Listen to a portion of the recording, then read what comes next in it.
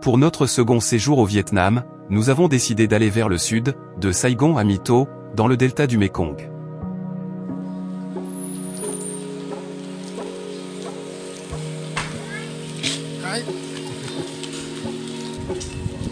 Là, j'ai vu qu'il y avait un bar, là-bas, Las Maracas, mais là, c'est pareil. T'es sûr, hein, c'est dans la rue de la Bière. Oui, là, c'était rue Vivienne. Et à un moment, il faut prendre une sur la gauche et descendre. Ouais. Nous commençons nos déambulations par les ruelles menant à notre hôtel.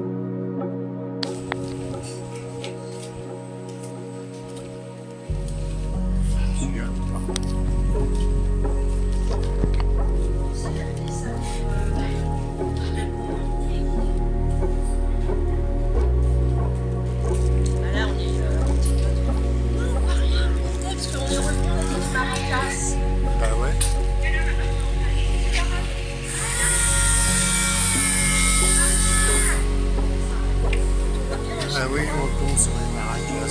Voilà, c'est les maracas. On tombe sur les maracas. La tranquille,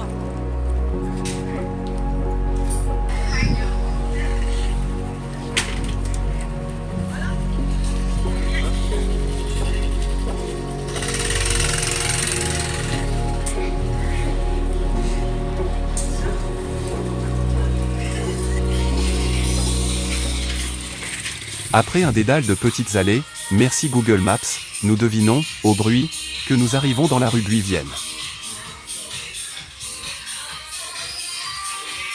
Et après, on va par là.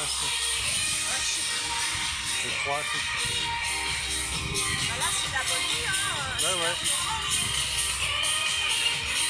Par là-bas. Ou peut-être là, non, c'est par là. La rue Vivienne est la seule rue réellement animée de Saigon. C'est la rue de la fête. C'était là que les soldats américains venaient se réconforter durant la guerre du Vietnam. Selfie. Ouais. C'est bon, on va manger, c'est bon. On a notre cantine.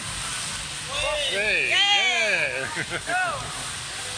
Bon, bah c'est la rue chaude, hein, de Chimie. Bon. Si on n'a qu'une, c'est pas grand-chose en fin de compte. Hein. Tiger Crystal. Ah bah voilà.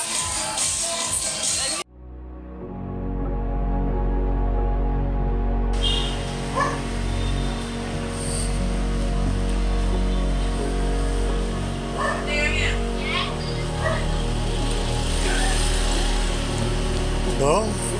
Ah bah oui, c'est là que je suis. Ouais. On a capté que c'était là.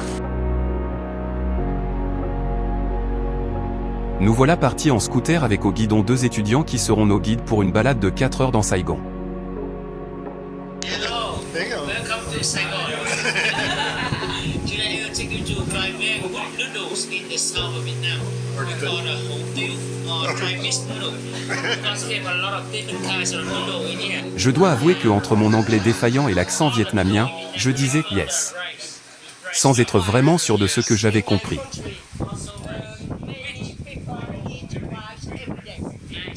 Not in France. La cathédrale Notre-Dame de Saigon, actuellement en travaux, est une cathédrale du centre de Ho Chi Minh Ville, ancienne Saigon. Elle fut construite par les Français de 1877 à 1880.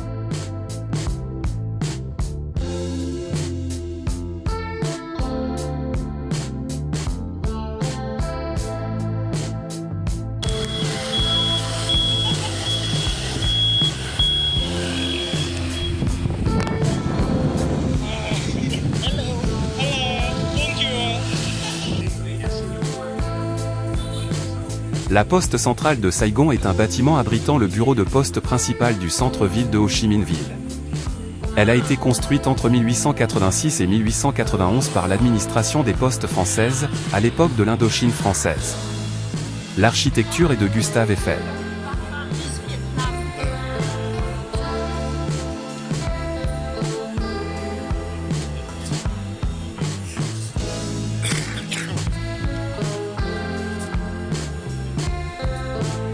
Actuellement, ce bureau de poste est plutôt devenu un lieu de balade touristique d'où l'on peut envoyer un courrier et aussi acheter des souvenirs.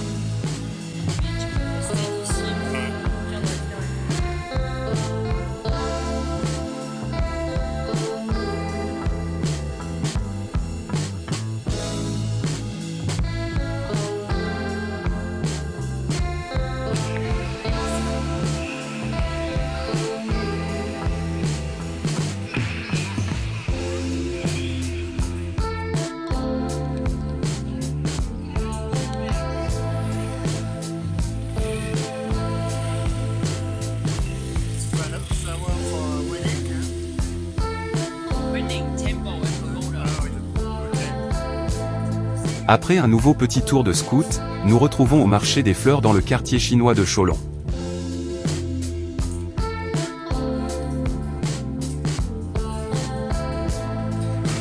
Ce marché est ouvert 7 jours sur 7 et 24 heures sur 24. Il fournit les fleurs pour toutes les occasions, y compris les offrandes pour les temples et pagodes.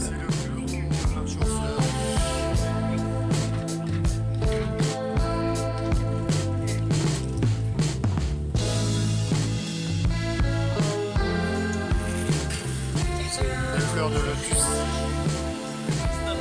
Lotus. Cactus. Tournesol. Ouais. French tournesol. Yes. Bonsai, yeah.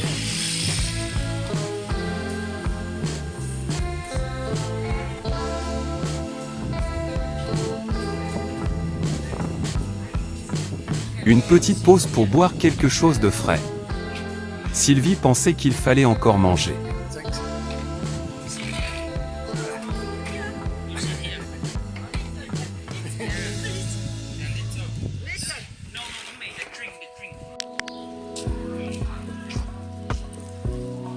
Ouais, on voit les... Ça date de 68, pendant la guerre au Vietnam, quoi. Et tout ça, a priori, c'était pour les militaires. Ouais. Ouais. Ah, ok. Là, c'est vrai que Ah ouais. Photo for chụp video here, you see. tu vois bien. Too long.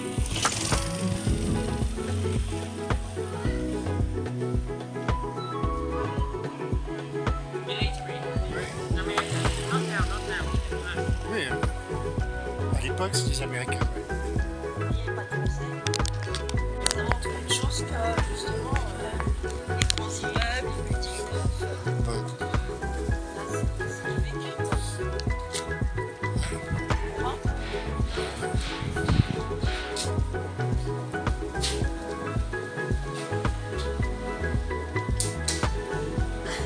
They read the Middle East. This one for what? Motorbike. Yeah, for the motorbike. Driving.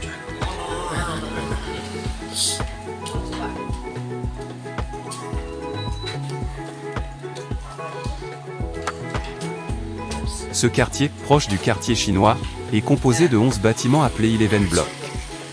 Chaque bloc est composé d'une centaine d'appartements constitués d'une seule pièce. Les habitants peuvent utiliser la coursive pour cuisiner. Les appartements en rez-de-chaussée sont plus chers car ils permettent de créer un commerce en plus de l'habitation.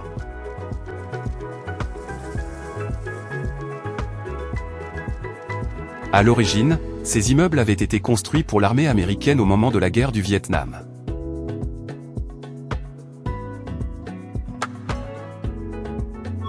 Plusieurs générations peuvent habiter ensemble dans ces appartements.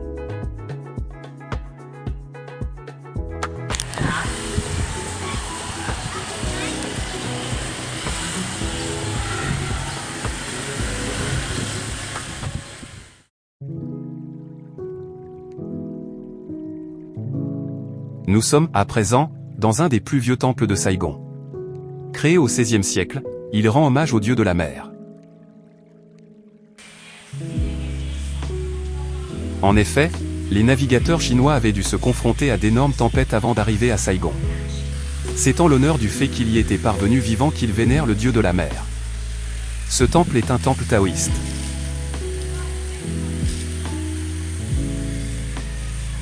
Je fais des prières.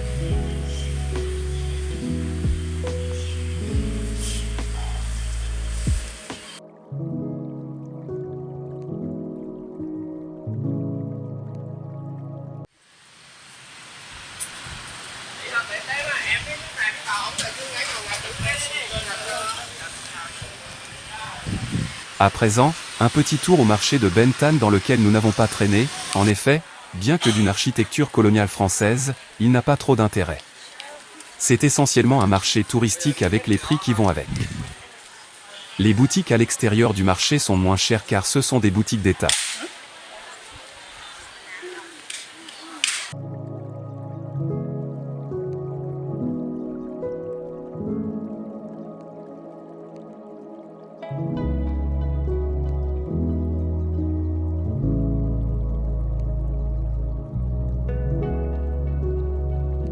Le musée des Beaux-Arts de Saigon est un élégant musée consacré à l'art vietnamien et cham. On peut y trouver des peintures et sculptures réalisées par des artistes vietnamiens. Le musée a un grand intérêt ethnographique. Il est installé dans une très belle et rare villa au style colonial français au centre de Saigon.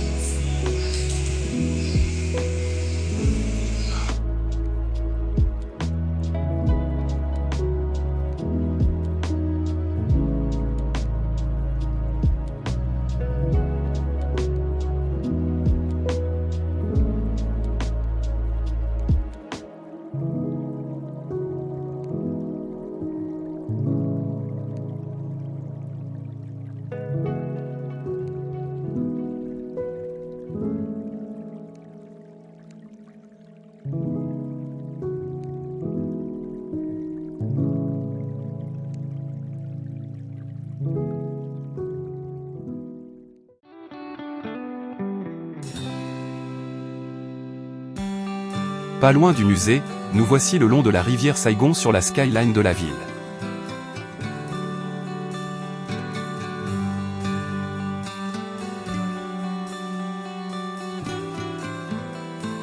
Nous étions partis dans le projet de faire une balade en waterbus ou bateau-bus, le long de la rivière Saigon.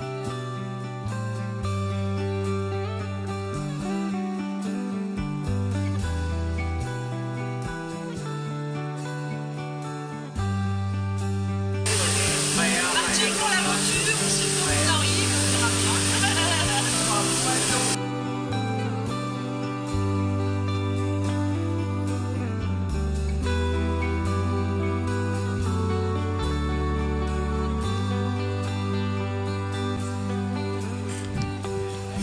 Bon ben, on pensait se promener sur la rivière Saigon. Ça a Et été- tout ça a été compte court. fait- Tout compte fait, on l'a traversée. On s'est pas promené. Et il faut attendre 3/4 d'heure pour repartir. Mais bon, on est entouré de Vietnamiens qui se sont fait niquer comme nous. Donc Bah. ça nous remonte le moral. On n'a pas compris et eux non plus. Bah faut dire 15 000 dong, c'était pas cher. Non, c'était vraiment pas cher. Nous, ça nous gênait pas de payer plus cher parce qu'on voulait faire une découverte, tout un tour. Mais c'est raté. Alors, il y a peut-être d'autres bateaux. Ça-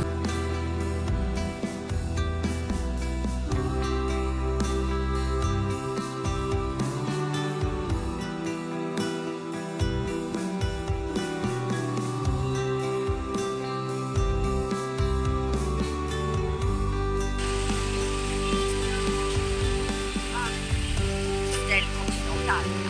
Mais c'est, je crois, l'hôtel le plus... C'est le plus ancien, non? Ouais, et puis le plus réputé, ouais.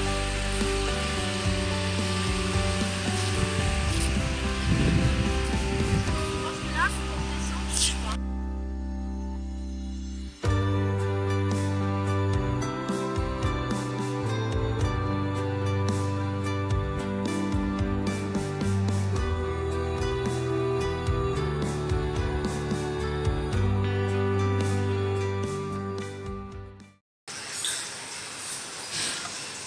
Là, on est dans un truc qui s'appelle Sense Market. C'est que pour les initiés. Voilà, il y a une food court juste à côté où on va manger à midi sûrement. C'est un sous-sol, il faut le trouver.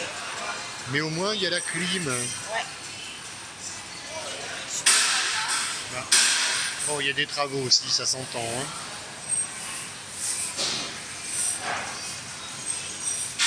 Et au fond là-bas, il y a un marché d'artisanat où Sylvie va aller dépenser ses dons. Hop, et On est dans un bus, on va vers Nico. tôt. On va voir.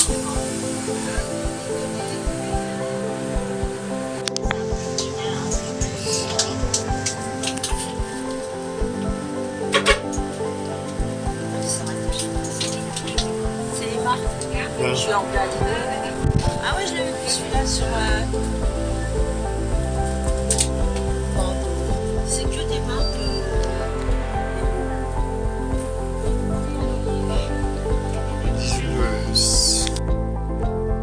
Nous voilà arrivés dans notre homestay dans la proche banlieue de My Tho.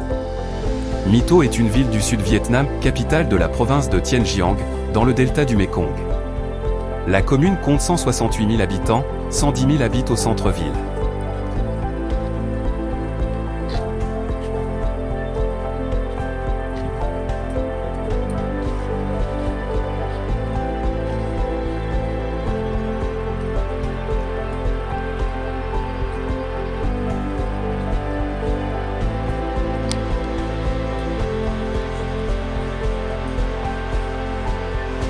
Lors de notre séjour, nous étions pratiquement les seuls clients.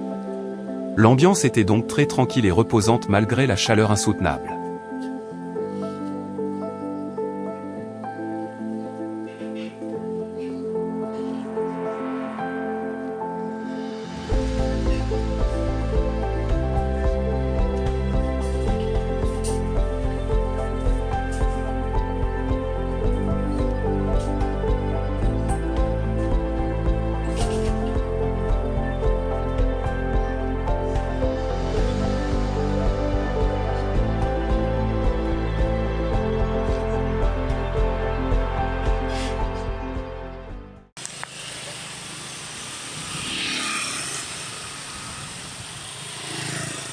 J'ai été surpris par la tenue des employés des pompes funèbres, un peu militaire, un peu fanfare.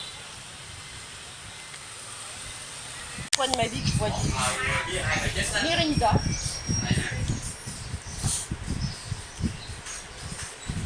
Truc un peu qui réhydrate.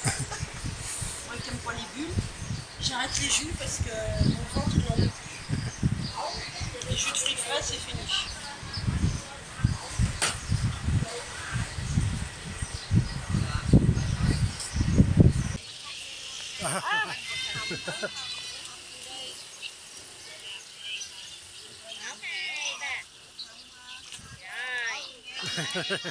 Merci.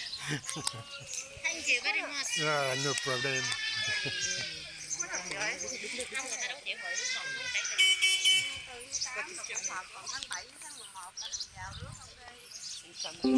Nous avons loué un scooter pour nous balader vers My Tho et sa région. Aujourd'hui, l'objectif était de visiter la pagode Vinh Trang.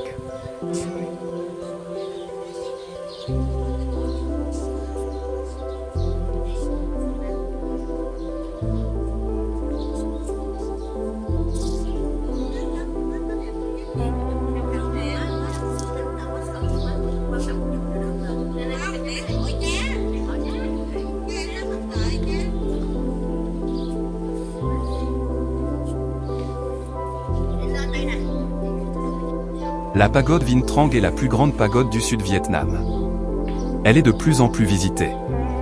Son architecture extérieure combine plusieurs styles, khmer, chinois et français. Construite en 1848, cette pagode est considérée comme l'école bouddhiste de la province, elle est dite du grand véhicule. Non, a priori c'est fermé. Ça.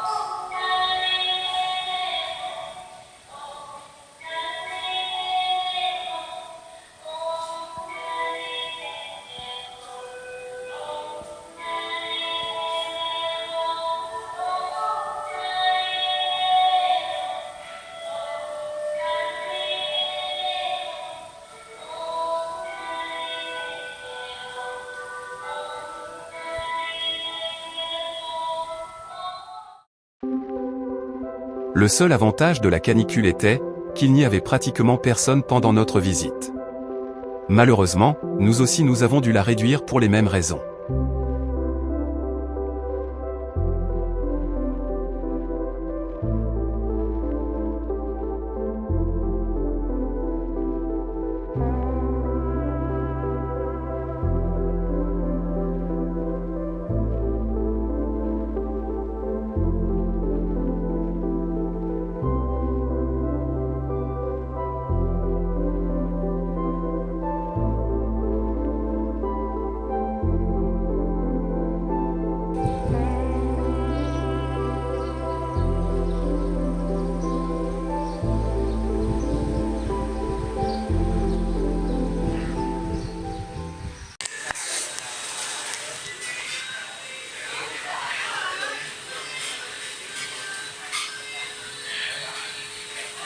À la recherche d'un lieu climatisé pour déjeuner, nous sommes tombés sur cet endroit avec des employés très sympathiques.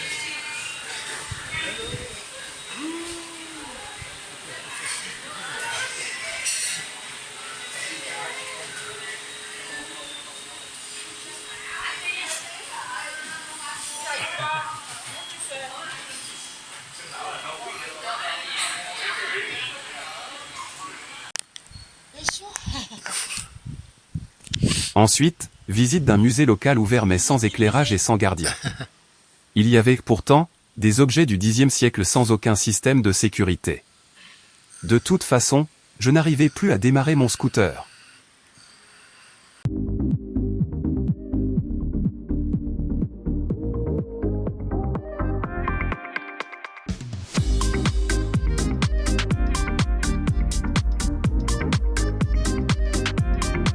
Petite balade le long des arroyos du delta du Mékong pour aller vers Bentry.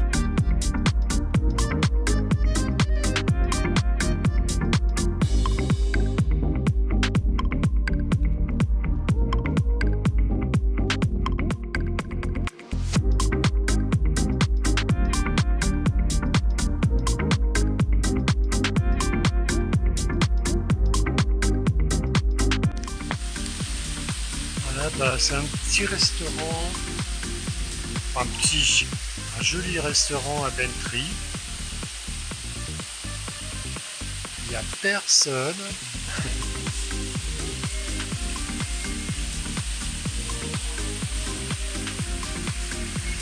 Avec une super structure.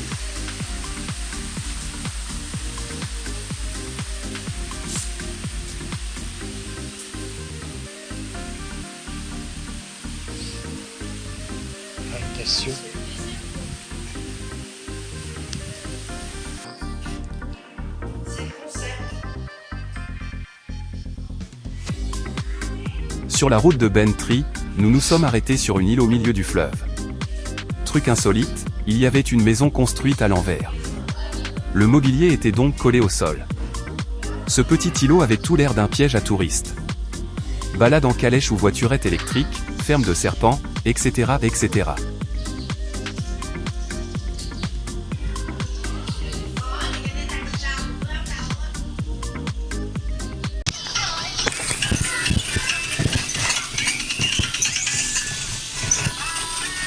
C'est parti pour le retour vers Saigon, taxi plus bus. Ah, quelqu'un d'autre?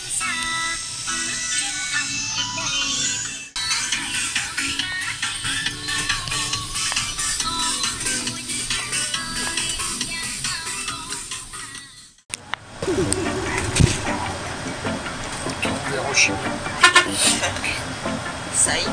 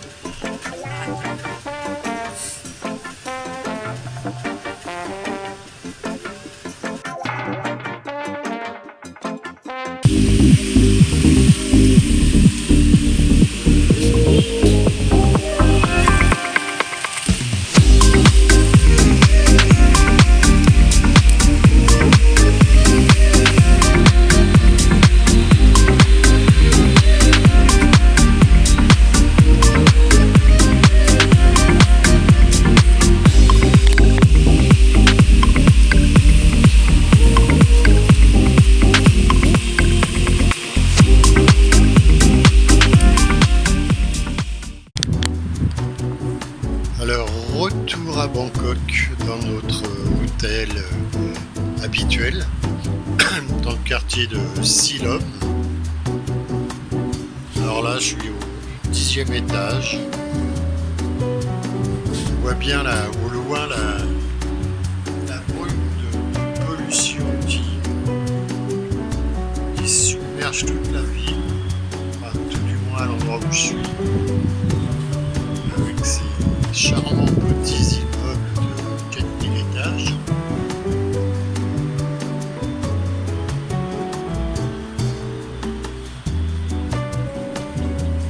Alors dans cet hôtel, il y a même une piscine on the rooftop. Bon, c'est pas une piscine olympique, mais une piscine. Alors, on est cerné un peu par les autoroutes. Bon, on n'entend pas de changement, franchement, c'est super calme. Et on a aussi le métro qui est vraiment pas loin. À 5 minutes à pied, on a le Chao Phraya qui lui aussi n'est pas loin du tout. Là, je me tiens parce que comme j'ai un petit peu le vertige, je fais gaffe. Alors, je vais vous montrer la super piscine. Enfin, super. Tout est relatif, mais l'eau est super chaude. On n'y est pas encore allé avec Sylvie. Mais imaginez le point de vue quand vous avez les fesses dans l'eau. Là, et voilà. Et on voit le métro qui passe au loin là-bas. Encore un immeuble qui est abandonné depuis plusieurs années, parce que depuis combien il est tout le temps rempli de publicité et personne n'habite dedans. Un fiasco immobilier.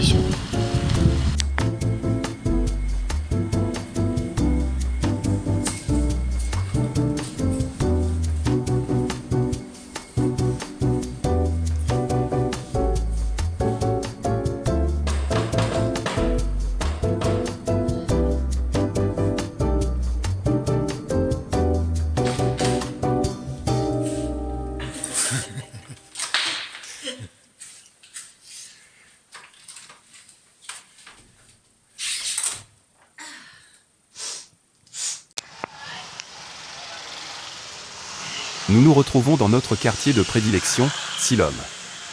Silom est situé au sud de Bangkok. Son avenue principale, Silom Road, est parallèle au quartier Sathorn. Idéalement situé entre le parc Lumpini et la rivière Chao Phraya, qui permet de rejoindre en bateau un grand nombre de sites touristiques. Historiquement, Silom est un quartier très accueillant qui a toujours vu une population cosmopolite défiler dans ses rues.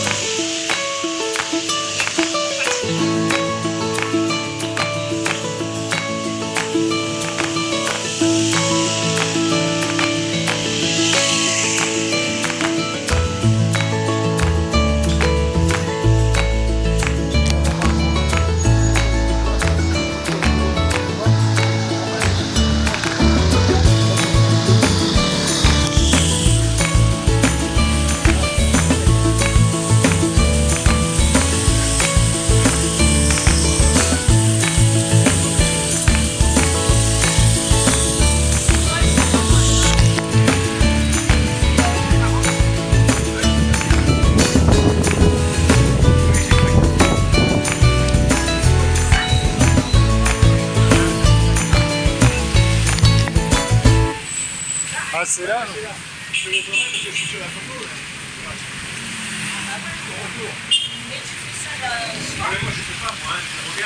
Notre ami, Gilles, que nous avons rencontré lors d'un précédent séjour, accompagné de sa copine Pam, nous a emmenés dans un petit resto de sa connaissance.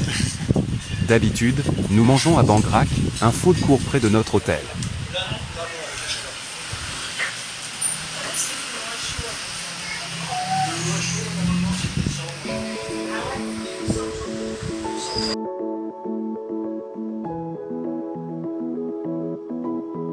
Non loin de notre hôtel, nous avons découvert un joli temple avec la représentation d'un bateau en son centre.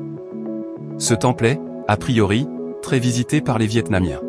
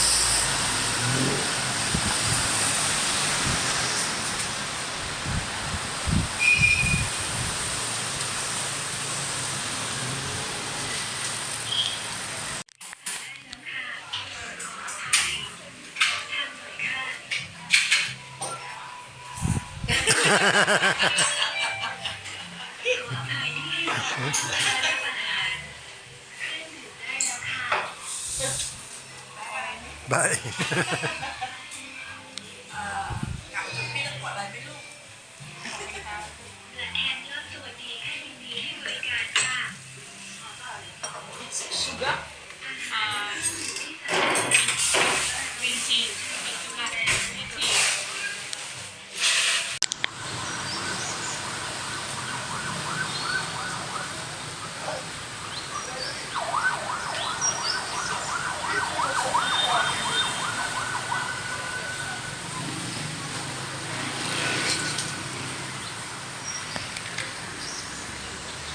Ça y est, notre séjour est terminé. Nous repartons avec plein de nouveaux souvenirs. Nous retrouverons bientôt Silom pour de nouvelles aventures.